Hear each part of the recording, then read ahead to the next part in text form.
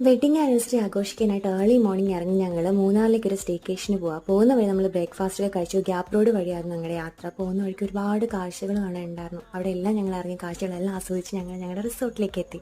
പറക്കാട്ടിലായിരുന്നു. പറക്കാട്ടിനെ പറ്റിയിട്ട് പിന്നെ പോയവർക്കൊക്കെ അറിയാമല്ലോ, എന്ത് ബ്യൂട്ടിഫുൾ ആയിട്ടുള്ള റിസോർട്ടാണെന്ന് അറിയോ. നമ്മൾ എടുക്കുന്ന ഏത് പാക്കേജിലായാലും അവരുടെ ആക്ടിവിറ്റീസും ബ്രേക്ക്ഫാസ്റ്റും അങ്ങനെ കോംപ്ലിമെൻ്ററി ആയിട്ട് ഒരുപാട് കാര്യങ്ങൾ വരുന്നുണ്ടായിരുന്നു.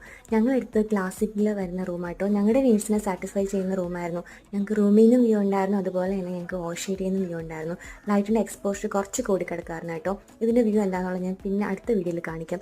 ഞങ്ങൾ റൂമിൽ ചെന്ന് ഞങ്ങൾ റൂമൊക്കെ കണ്ടു, എല്ലാം സെറ്റ് ചെയ്ത് വെച്ചിട്ട് ഞങ്ങളൊന്ന് പുറത്തേക്ക് ഇറങ്ങി. എന്താ അവിടെ ഉള്ളതെന്നും അന്ന് എന്തൊക്കെ ആക്ടിവിറ്റീസാണ് നമുക്ക് പ്ലാൻ ചെയ്ത് വെച്ചിട്ടുള്ളതെന്ന് അറിയാനായിട്ട്. നമ്മുടെ അന്നത്തെ ഷെഡ്യൂളിൽ നമുക്ക് കേവ് റൂം വിസിറ്റ് ഉണ്ടായിരുന്നു, ട്രക്കിംഗ് ഉണ്ടായിരുന്നു, സൈക്ലിംഗ് ഉണ്ടായിരുന്നു, ക്യാമ്പ് ഫയർ ഉണ്ടായിരുന്നു. അപ്പോൾ ഞങ്ങൾ ഒരുപാട് ടൈമൊന്നും അവിടെ സ്പെൻഡ് ചെയ്യാണ്ട് നേരെ റൂമിലേക്ക് പോയി ഫ്രഷ് ആയി. എങ്ങനെയും നമുക്ക് അന്ന് ആ ഡേ ഫുള്ള് ഇതെല്ലാം കവർ ചെയ്യണമായിരുന്നു. ബാക്കി എന്തൊക്കെയാണ് ഞങ്ങൾ അന്ന് ചെയ്തെന്നുള്ളതെല്ലാം അടുത്ത വീഡിയോ കാണിക്കാം. അപ്പോൾ